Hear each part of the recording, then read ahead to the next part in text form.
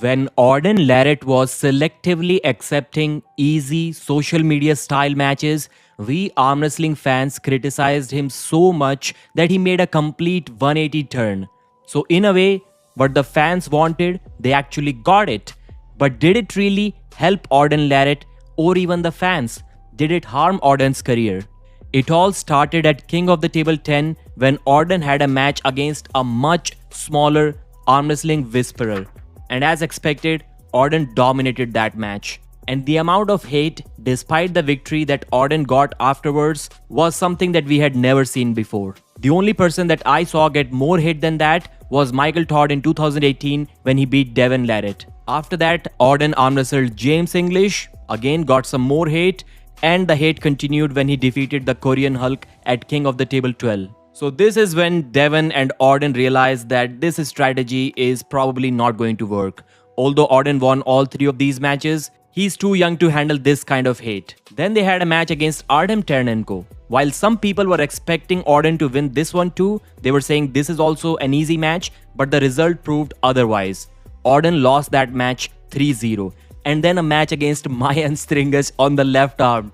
Are you kidding me? So Auden was going one way and then he completely switched directions. Why would you do that?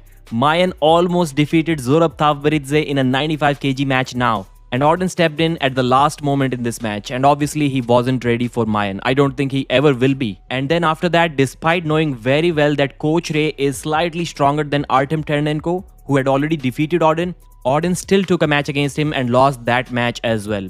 Then he lost against Leroy Walker too. So back-to-back losses, 4 losses in a row.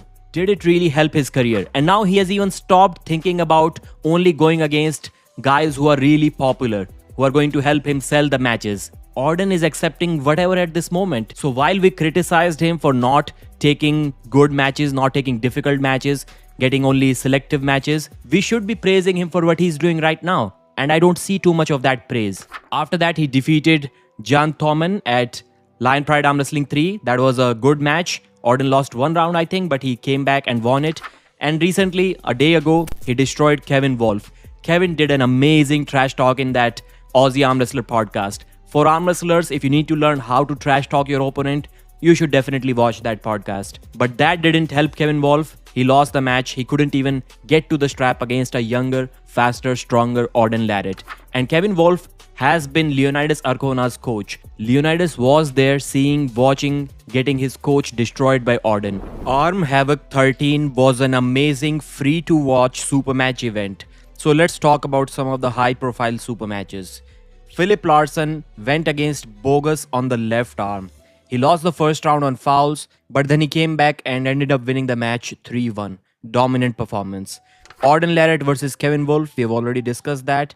Artem Ternenko versus Bozhidar Semenov was really amazing. Especially the first round, which was an amazing back and forth, and Artem ended up pinning the former WAF world champion. But if you know Artem, he's not really built for these endurance wars.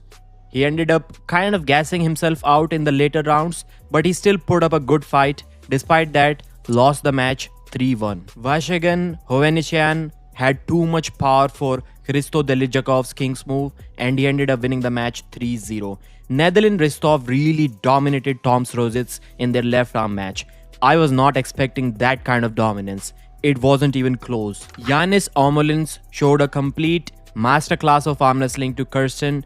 He didn't even need a press to finish Kirsten's King's move 3 times in a row. Sandris had an amazing hook war against Eric. He ended up winning the left arm match. Finally, a win for Sandris, but against a relatively lesser known guy. For increasing the viewer's experience, I would suggest them to use a little bit more lighting.